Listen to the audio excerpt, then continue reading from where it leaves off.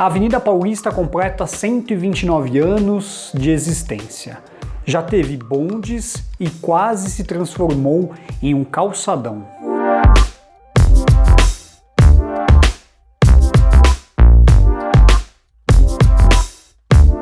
Fala pessoal, tudo bom? Eu sou Renato Lobo, você está no Via Trolebus, um canal especializado em mobilidade, e no dia 8 de dezembro de 1891 era inaugurada a Avenida Paulista, aquela que seria a mais paulista de todas as avenidas. Ela foi projetada pelo arquiteto Joaquim Eugênio de Lima, que dá nome a uma das vias próximas à Avenida Paulista, e também pelo Dr. Clementino de Souza e Castro, que ocupava um cargo correspondente a prefeito de São Paulo. E junto com a inauguração da Avenida Paulista, também foi inaugurada uma linha de bonde que corria pela avenida.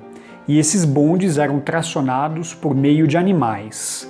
E apenas alguns anos depois que foi inaugurado o primeiro bonde elétrico e que passava pela Avenida Paulista. E já em 1898 foi feita a primeira grande reforma, com a derrubada de algumas árvores e alargamento do passeio.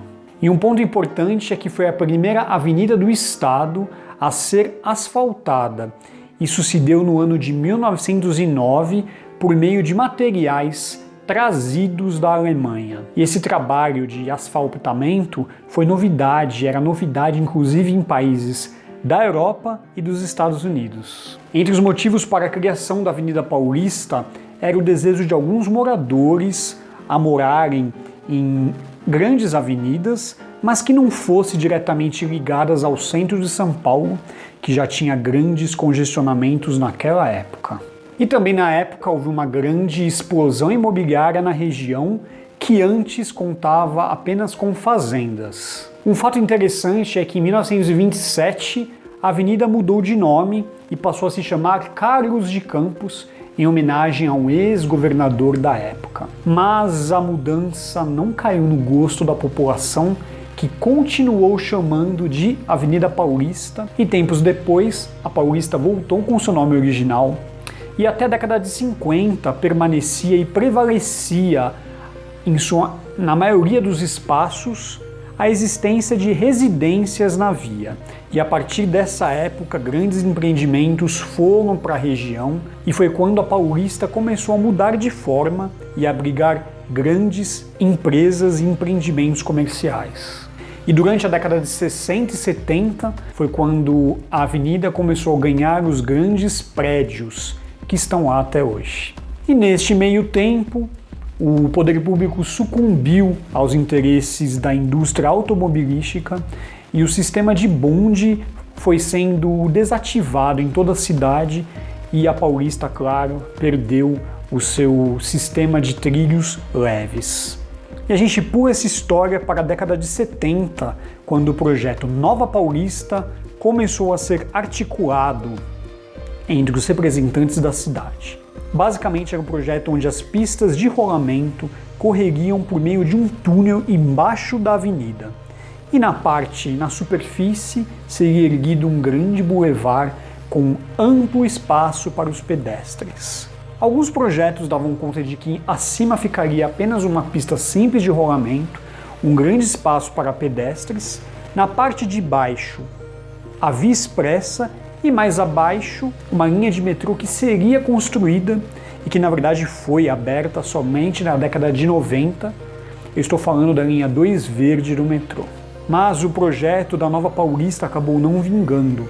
Na verdade, um pequeno trecho dele acabou vingando, que é o túnel que faz a ligação entre a Dr. Arnaldo até o comecinho da Paulista, um pouco depois da Praça do Ciclista.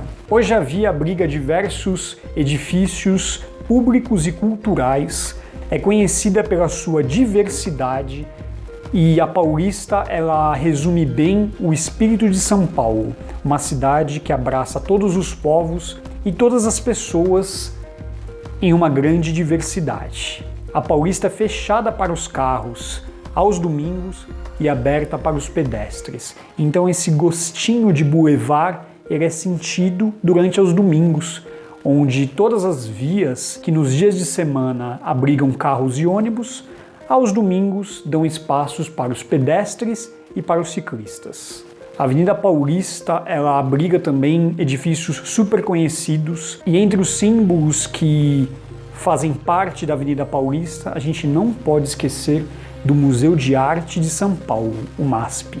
A Paulista é praticamente uma parada obrigatória para os turistas que visitam São Paulo. Dos amigos que eu já recebi de outros países aqui em São Paulo, a Paulista é quase que uma parada obrigatória e ela impressiona pela sua diversidade e pela sua grandiosidade.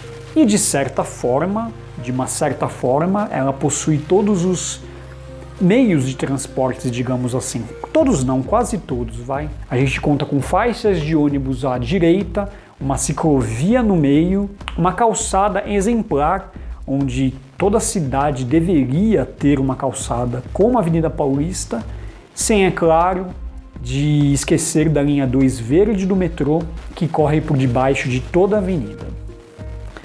É isso, pessoal, espero que vocês tenham gostado desse vídeo.